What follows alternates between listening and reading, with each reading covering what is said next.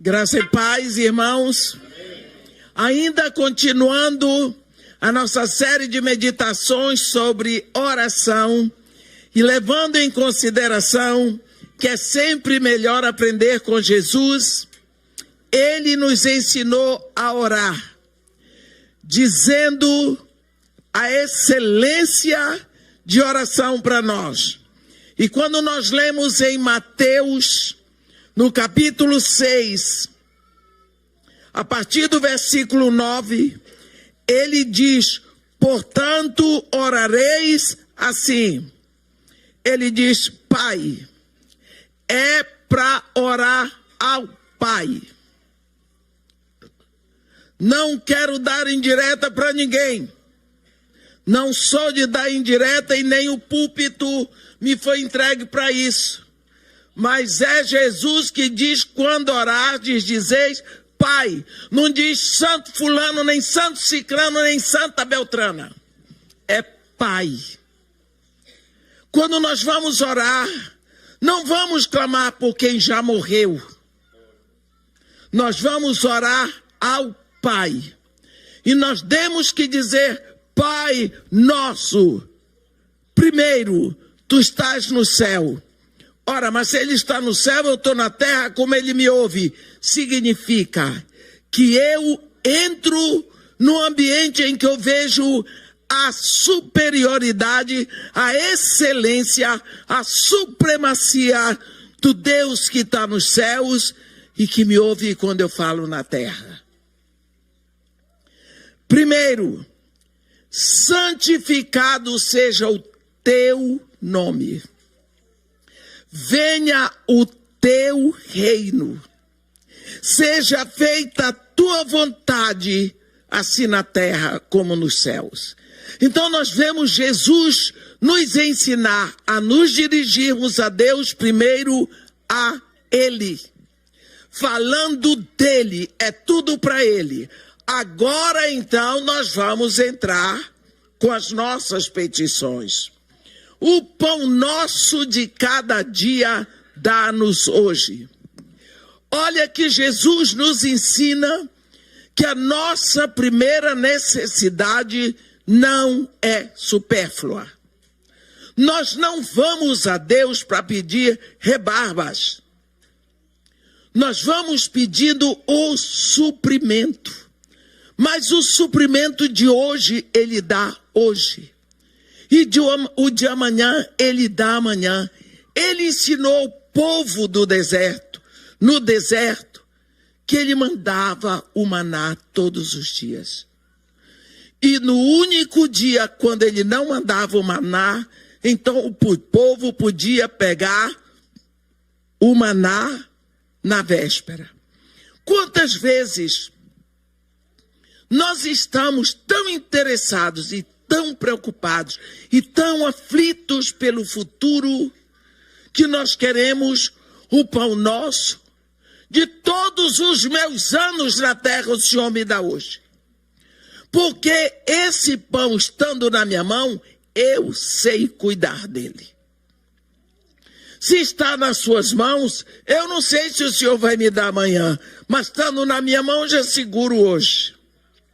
Nós temos dificuldade de crer, de viver a verdade, de que aquele Deus que supriu ontem é o Deus que tem o poder e o interesse para suprir hoje e para suprir amanhã. A nossa cultura é tão completamente devastada pela ansiedade que, apesar de Jesus Cristo nos ensinar que é o pão de cada dia, nós oramos isso, mas lá no nosso coração nós queremos o pão nosso de todo o meu futuro, me dá hoje, que é para eu saber fazer minhas aplicações. Primeira coisa, temos que pedir a Deus o suprimento imediato das nossas necessidades. Quando nós lemos lá em 1 Timóteo 5, no versículo 8, Paulo diz: ora, se alguém não tem cuidado dos seus e especialmente dos da própria casa têm negado a fé e é pior do que o não crente. Então, nós precisamos cuidar da nossa família, cuidar da nossa casa. Acha que Deus não está provendo pela família dele? No momento em que você se rendeu a Jesus Cristo, você se torna filho de Deus. Você passa a pertencer à família de Deus. Lógico que ele vai suprir. Há um momento em que nós vemos na Bíblia Jesus com alguns exageros, aliás, talvez não seja essa a palavra mais delicada para dizer, mas quando nós olhamos a criação, nós vemos um exagero. A variedade de frutos, de sabores, de cores, de tamanho. Uma das coisas mais lindas que tem é você chegar numa feira no Brasil. Que coisa maravilhosa, que riqueza! E você chega numa feira no Sudeste, uma feira no Nordeste, uma feira no Norte, é tudo tão variado, tão diferente. Tudo o que Deus criou é uma coisa maravilhosa. Agora pense, para quem foi que Deus fez tudo isso? Ele fez para nós. Ele quer que nos deleitemos nisso. Então ele nos deu papilas gustativas para discernir os sabores, ele nos deu visão para nós vermos as cores, ele nos deu olfato para percebermos os perfumes. Tudo isso ele fez porque ele quer ser glorificado no que ele criou. Mas quantas vezes nós vemos Jesus dizer que Deus está tão preocupado em suprir as nossas necessidades, que ele chega a dizer que Deus cuida do corvo.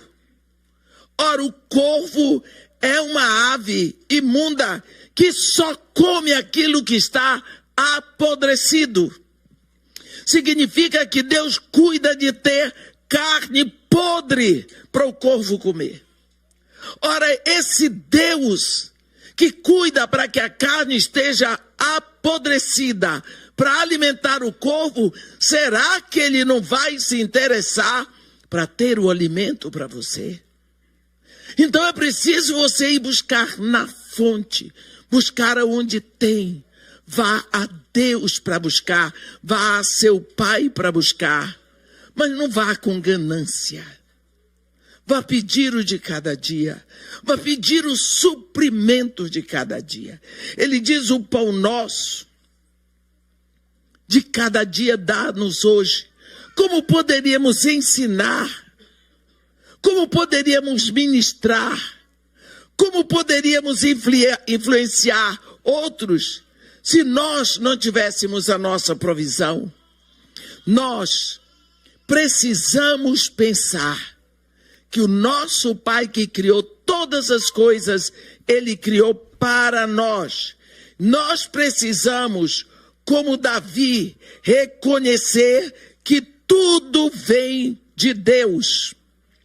Em seguida, Jesus, que agora entrou na segunda parte da oração, e diz: o pão nosso de cada dia dá-nos hoje.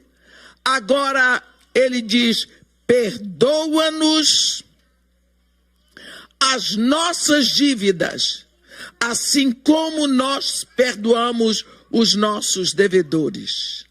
Aqui ele chega ao momento em que nós temos que reconhecer que nós sabemos a dor de uma dívida, porque às vezes é muito fácil apontarmos o dedo para o outro quando nós estamos no mesmo pecado. Há um ídolo, digamos assim, na mitologia grega, que ele tem um saco. Aqui na frente ele segura a ponta do saco e o saco fica para trás enorme. Atrás está escrito meus pecados. Aqui na frente diz pecado do próximo. Então o pecado do próximo, que há pouquinho eu vejo, está sempre diante de mim. Agora os meus eu não vejo, porque estão atrás. Jesus fala disso quando ele fala sobre o argueiro, não é? Eu vejo a trave no olho do outro, mas não vejo o argueiro no meu. Esse é o grande problema. Ele diz, eu preciso aprender que todos nós somos pecadores. Não é só o meu inimigo, não é só o meu vizinho, não é só o meu amigo, todos nós, e isso inclui a mim, inclui seguramente as pessoas que eu amo. Eu, particularmente, Edmeia, eu aprendi a perdoar. Eu tenho aprendido a perdoar. Tem se tornado possível para mim perdoar. Quando eu olho para Jesus na cruz, tem uma coisa ali que me chama a atenção. Jesus Cristo estava sendo pregado na cruz. Aqueles algozes, eles eram preparados para aquele momento. Muitos homens iam crucificados. E você pegar um homem para crucificar não é fácil, não. Porque os homens que iam crucificados eram homens fortes, eram homens robustos, eram homens atléticos, porque naquela época não tinha aquele negócio de levantou, sentou, entrou no carro, dirigiu. Hoje nós não estendemos a mão nem para levantar, nem para descer o vidro do carro. A gente aperta o botãozinho. Você chega em casa, senta e você pega o controle e vai mudando tudo. Você não levanta. Quando levanta de lá, porque acabou o programa. Quando começou a televisão, a gente levantava, ligava a televisão, voltava. Para aumentar o volume, ia lá na televisão, voltava. Para mudar o canal, ia lá na televisão e voltava. Volta lá, muda de novo. Hoje não. Hoje você paga para não se movimentar e depois paga a academia para se movimentar. Não dá para entender, mas as pessoas fazem assim, não é? Mas naquela época em que se crucificavam as pessoas, você pensa, o que são 2 pedaços de madeira não muito largos? Para você prender um homem daquele, ninguém queria ser preso na cruz. Então você pode imaginar a dificuldade que um algoz tinha para prender as 2 pernas de um homem que queria chutar. Pense nisso. Ninguém queria ser preso na cruz. A dificuldade daqueles algozes, eles eram treinados para aquele momento. Para prender, para segurar. Aqueles homens eram treinados para rir na cara do crucificando, porque o crucificando para ele era uma pessoa abjeta. Você já imaginou as palavras de maldição, para não dizer os palavrões que saíam da boca daquele que estava sendo crucificado? Agora você pode imaginar a surpresa que eles tiveram quando foram pregar Jesus na cruz. Jesus simplesmente cruzou as pernas para eles fincarem o prego, abriu os braços e entregou as mãos. Que coisa sem graça. Eles disseram, puxa, fomos treinados tanto tempo, esse aqui vem e se entrega assim. Poxa, não teve nem graça, né? Ele simplesmente diz a primeira palavra na cruz. A Bíblia registra que ele falou 7 vezes na cruz. A primeira palavra foi Pai, a última foi Pai. Ele diz, Pai, perdoa-lhes. Eles não sabem o que fazem. Os algozes fincavam aquele prego horrível nos pés e nas mãos, e ele dizia, Pai, perdoa-lhes. Eles não sabem o que fazem. Bem, será que aqueles algozes sabiam o que estavam fazendo? Não. Eles não sabiam que eles faziam parte de um plano eterno. Eles tinham que prender Jesus na cruz por causa de mim, por causa de você. Eles não sabiam realmente que eles estavam fazendo um trabalho para que Jesus pudesse ser o Redentor. Eles não sabiam que hoje nós estaremos falando deles. Então, quando a pessoa está fazendo o mal a mim, ela nunca sabe que ela pode estar me fazendo bem. Do ponto de vista dela, ela pode estar fazendo mal para me prejudicar. Mas do ponto de vista de Deus, ela pode estar me aplicando um sofrimento que vai fortalecer os meus músculos espirituais. Desculpa, os meus músculos da fé. Eu vou ficando cada vez mais forte na fé. Porque ela vai me perseguir. Mas eu nunca vou ficar abandonada. Então nós precisamos olhar para aquela pessoa que nos causa danos como uma pessoa que não tem noção do que ela está fazendo.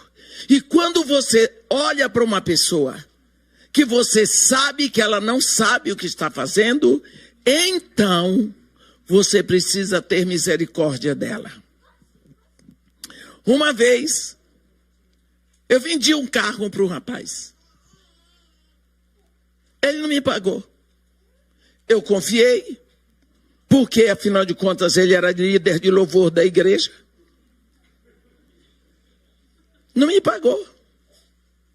Quem disse que a gente faz negócio assim? Eu fiz, foi o primeiro e o último. Eu aprendi a lição. Acabou? Confiar em crente como se crente não fosse pecador. Onde já se viu isso?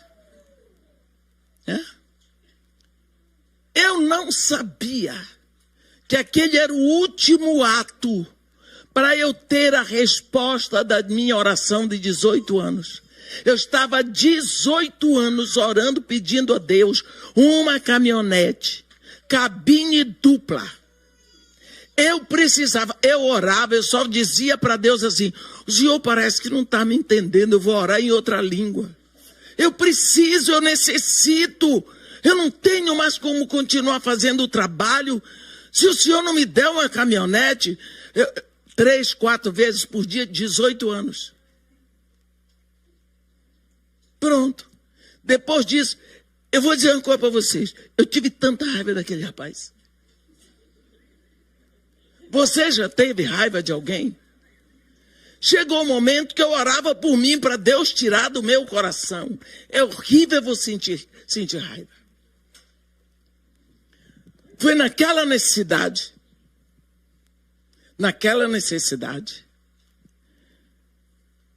que eu recebi um atrasado do meu marido há muito tempo. Petrobras chamou, me pagou, e de uma hora para outra, eu distribuí o dinheiro assim, esqueci que eu precisava de comprar um carro. Isso acontece. E eu não tinha a idade que eu tenho hoje, você pensa. Isso foi em 2009. Desci e fui para o Espírito Santo. Pregar, o pastor disse: amanhã você prega no café da manhã dos pastores. Todos os pastores do Espírito Santo lá. Preguei, aquei, cantou. No final, o pastor morreu esse ano passado, né? O pastor Aurélio levantou e disse: meus irmãos, a gente aconselha as nossas ovelhas a semear em terra fértil. Vocês conhecem uma terra mais fértil do que a vida dessas duas mulheres aqui? Pois é. Hoje eu quero que essa mulher saia daqui com a maior oferta que ela já recebeu. Na minha cabeça veio 51. Porque a maior oferta que eu já tinha recebido era 50 mil reais do pastor Simon Antônio de Araújo, lá no Brasil. Enquanto ele estava falando, porque tem gente que sabe falar de oferta, eu não sei, mas tem gente que sabe fazer a palavra. A mulher dele puxava assim na calça dele, era uma calça jeans. Ele fez, quando ele tomou um susto, ele virou para mim e disse: a senhora quer uma picape? Cabine dupla? Nova? Eu disse: ah, pastor, isso é uma coisa muito cara, não vou conseguir pagar o juros. Está tudo pago. Ele tinha encomendado, quem é de Vitória sabe, na Curumã, uma picape Hilux, cabine dupla, automática, banco de couro, para dar de presente para a esposa dele que ia fazer aniversário. Mudaram para uma fazenda e a picape chegou, ele botou escondida numa garagem da fazenda, de tão grande que era a fazenda, um sítio lá junto de Vitória. Enfeitaram a picape toda. Sexta-feira à noite deram para a mulher dele. Foi aquela festa, foi aniversário. De madrugada, ela diz que o Espírito Santo disse para ela: esta picape é para ser dada para minha serva Edmeia. Ela disse: sim, senhor. Mas ela é médica, doutora Suzana. Foi atender um chamado de emergência. Não deu tempo de falar com o marido. Quando chegou, eu estava pregando. A picape veio parar na minha mão. 18 anos. E eu aqui com raiva do homem que me roubou a Paraty velha.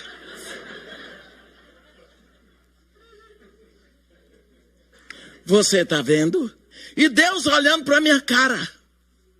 Será possível que você está ficando velha, você não aprendeu que eu sou o seu supridor? Todas as vezes que eu quero reclamar de alguma coisa, eu me lembro de uma palavra que Deus diz: porventura, vos faltou alguma coisa? Já te faltou alguma coisa? Você já passou fome? Você já ficou sem dinheiro para pagar os funcionários da casa de Maria Marta? O que é que está lhe faltando para estar pedindo tanto, tão aborrecida? E ó, não fico vermelha porque sou preta. Então, quando nós chegamos para pedir a Deus o pão nosso de cada dia, dá-nos hoje, perdoa os nossos pecados, assim como nós perdoamos. Eu preciso ter misericórdia de quem me faz o mal. Porque de quem me faz o bem eu não preciso nem fazer esforço. Então, todas as vezes que uma pessoa me faz o mal, eu fico dizendo: Pai, perdoa, porque ele não tem noção. Não tem, porque se a pessoa soubesse que você é filho de Deus, ela não faria. Porque eu não vou maltratar a Priscila. Porque senão o pastor Seni e Eva vão me botar para dormir na neve. Você está entendendo? Quando você maltrata um filho de Deus, é porque você não sabe que ele é filho de Deus. Você não sabe que está ofendendo diretamente ao Pai. Então, para você perdoar alguém, é preciso que você na hora busque ter misericórdia dele. Ele não sabe o que está fazendo. Mas, irmã, e se o cara não for filho de Deus? Pode não ser hoje, pode ser amanhã. Como que você acha que Paulo entrou na história? Quem diria que Paulinho de Tarso, como diz o rei, aquela peste que está escrito lá, está escrito peste, lá ia ser o grande Paulo. Ele saiu para Damasco para matar. No meio do caminho teve encontro com Jesus. Acabou a história. Então, peça sempre a Deus que coloque no seu coração misericórdia por aqueles que lhe ofendem. E o que vai acontecer é que Deus vai ter sempre misericórdia de você pelos seus pecados. E Jesus continua dizendo: não nos deixes cair na tentação. Isso é um problema sério. Porque a tentação chega, você não tem que cair nela. Porque ser tentado não é pecado. O pecado é quando você cai na tentação. Digamos que vem um mau desejo. Enquanto você está desejando, não está pecando. A não ser que você deixe a sua mente ir ao pecado. Mas você pode cair. Enquanto Eva estava batendo papo com o diabo, ela estava tentando fazer as coisas certas. Sabe por quê, meus irmãos? Porque a mulher foi tentada, o homem não foi não. Adão não foi tentado. Adão pecou de cara limpa. Mas Eva foi tentada. Quando você cai, que Deus lhe defenda na tentação, aí você pecou. Você vê Jesus Cristo dizer, no capítulo 22 de Lucas a Pedro: Simão, Simão, Satanás te reclamou para te peneirar como quem peneira trigo. Eu, porém, roguei por ti para que a tua fé não desfaleça. Quando Jesus disse isso para Pedro, Pedro olhou para Jesus, nem respondeu. Imagina, eu. Senhor, eu estou pronto para ir contigo para a prisão até para a morte. Jesus Cristo disse: Simão, antes que o galo cante, 3 vezes tu vai me negar. Pedrão nem respondeu. Imagina, eu negar o mestre que eu tanto amo. A Bíblia é um livro terrível. A Bíblia diz que quando Jesus foi preso, Pedro já o seguia de longe. O machão estava amarelando. Seguia de longe. Depois fez aquele papelão no meio dos escarnecedores de Jesus. Está vendo? Caiu na tentação. Quando nós nos sentimos muito seguros, estamos próximos a cair. Quando nos seguramos na nossa própria força, quando fazemos da carne o nosso próprio braço. A Bíblia diz: maldito o homem que confia no homem. Porque confiamos em nós. Eu não faço isso. Eu não sou capaz de fazer aquilo. Que vergonha que fulano fez. Cuidado. Do jeito que ele caiu, você pode cair também. E nós precisamos andar com os olhos bem abertos contra as tentações e, seguindo o conselho de Jesus, sempre dizer: Pai, não me deixes cair na tentação. Eu sempre, quando oro pelos meus filhos, pelos meus netos, eu digo: Senhor, livra os seus pés de pisar em alguma armadilha. Porque a Bíblia diz em Efésios que Satanás prepara armadilhas para nós cairmos. E nós podemos cair. É triste ver pessoas que admiramos, pastores, sim, por que não, caírem em armadilhas. Homens que já andaram tanto, que já aconselharam tanto, que têm consciência, caírem em armadilha. Tentação. E, no final, Jesus fecha. Nós vemos, primeiro, Pai nosso que estás nos céus, santificado seja o teu nome, venha o teu reino, seja feita a tua vontade na terra como nos céus. Acabou? Agora vem a nossa parte. O pão nosso, agora vamos pedir para nós de cada dia dá-nos hoje. perdoa os nossos pecados, não nos deixe cair na tentação. Aí fecha voltando para Deus. Porque teu é o reino e o poder e a glória para sempre. Quantas vezes nós não estamos prontos para entender essa questão de reino, poder e glória? Por exemplo, porque Jesus aponta no final da oração: teu é o reino, teu é o poder, tu é a glória. Isso está totalmente fora da nossa esfera. É totalmente diferente. Você pensa aqueles discípulos, pescadores, homens simples, eles não estavam nem acostumados a ver os efeitos nas telas dos cinemas, como nós vemos, homem voando, homem-aranha, não viram. A mente deles não chegava lá.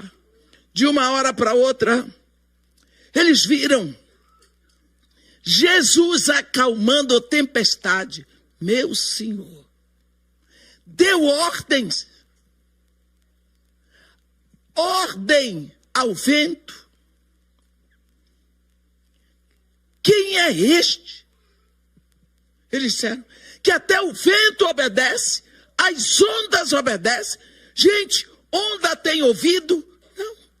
Vento tem ouvido. Obedeceu o comando dele. Quem é esse? Aqueles homens ficaram estarrecidos. Ondas e vento sujeitos à vontade dele, à palavra dele. Isso é poder. De uma hora para outra, aqueles homens viram peixes pulando para dentro do barco. Viram. Eles viam demônios sendo expelidos. Na ordem que saía da boca daquele mestre. Ele viu paralíticos pulando, saltando, dançando. Que espetáculo! Olha, eles viram mortos, ressuscitados. O que é isso? Poder. É um reino diferente, um reino em que o rei tem este poder. Meus irmãos, isso não está ao nosso alcance. Isso só quem pode fazer é quem tem esse poder. Acontece milagre. Porque nós não podemos fazer isso, Cocora. Por nós mesmos não podemos. Jesus termina esse ensino da oração, nos chamando a atenção para o que nós não podemos esquecer. Teu é o reino, não é meu, é teu. Teu é o poder, não é meu, é teu. Tua é a glória não é minha, é tua. Então, quando nós quando nós nos aproximamos do nosso Pai para orar, não é assim como se o nosso Pai do céu fosse igual ao nosso Pai pecador da terra. Ele nos ama, chegou ao máximo de entregar seu único filho por nós e tudo, mas nós precisamos jamais esquecer: teu é o reino, teu é o poder, tua é a glória para sempre. Para sempre. Então, quando nós pensamos oração, Jesus Cristo não nos deu algo quadrado. A oração nossa não é Pai Nosso, não é nada disso. Essa oração que Jesus nos ensina é uma fórmula. É um modo de nos achegarmos, de aprendermos a orar. Daí nós podemos abrir o nosso coração, derramar a nossa alma, abrir a nossa boca e falar com o nosso Pai em termos de excelência. Amém? Que Deus nos abençoe e nos guarde. que faça resplandecer o seu rosto sobre nós e tenha misericórdia de todos nós. Amém. Ó Senhor Deus, nosso Pai, quando nós nos achegamos diante da sua divina majestade, reconhecendo que o Senhor é o único Senhor de todo o universo, nós quebrantamos o nosso coração. Nós reconhecemos que somos pecadores e o Senhor não é. Mas nós reconhecemos a excelência da sua palavra, a profundidade do seu amor que não podemos compreender, mas nós podemos imaginar que o Senhor está aqui e o Senhor nos ouve. Oh Pai querido, num mundo tão conturbado como é este em que vivemos, nós paramos essas noites para te pedir, ó Pai, por esse momento que vivemos. Ouvimos falar de guerras em todos os lados. Pai, a guerra da Líbia não acabou, a guerra da Síria não acabou, a guerra da Ucrânia, de Israel, da América do Sul, do Paquistão, do Iraque continuam. E os homens querem fazer guerras. Pai querido, nós não estamos entendendo nada. E nós não fomos chamados a entender nada. Mas o Senhor nos disse que é para orarmos pelos nossos governantes. Pai querido, nós queremos entregar nas tuas mãos, clamar pelo teu amor, pela tua graça e te pedir um milagre. Um milagre hoje, Senhor, nós te pedimos. Que a tua vontade seja feita. Porque a tua vontade é boa, perfeita, agradável, ela é completa. Nós pedimos, Senhor, que tu nos perdoes pela nossa negligência, porque nós não temos orado o suficiente, nem temos orado como convém. Porque na maioria das vezes chegamos para ti só para pedir para o nosso suprimento material. Quantas vezes nós esquecemos de tomar posse daquilo que tu já tens para nós? Ensina-nos a clamar para que tu abras o nosso coração, para nos apossarmos da riqueza que nós já temos em Cristo. Louvado seja o teu nome, tu que és grande, tu que és poderoso, tu que és fiel. Pai querido, nós acabamos de festejar a tua fidelidade na promessa do nascimento de Jesus. Celebramos a fidelidade da tua promessa, mas celebramos hoje também a fidelidade do teu amor, quando olhamos a congregação repleta de irmãos. O teu evangelho, sim, ó Pai, está sendo pregado em todas as nações para testemunho. E por causa da tua fidelidade, nós te pedimos, ó Pai, que em nome de Jesus Cristo, tu desdobres o teu braço sobre o Brasil, sobre Israel, sobre Estados Unidos, sobre Canadá. Desdobra o teu braço, ó Pai, e abre a tua mão em bênçãos, que abram os olhos dos nossos governantes, que eles possam enxergar de um momento para o outro que tu és Deus, e que o momento que vivemos é um momento que se acelera para o final. Te agradecemos pela oportunidade que o Senhor nos deu de passarmos para um novo ano aqui na terra.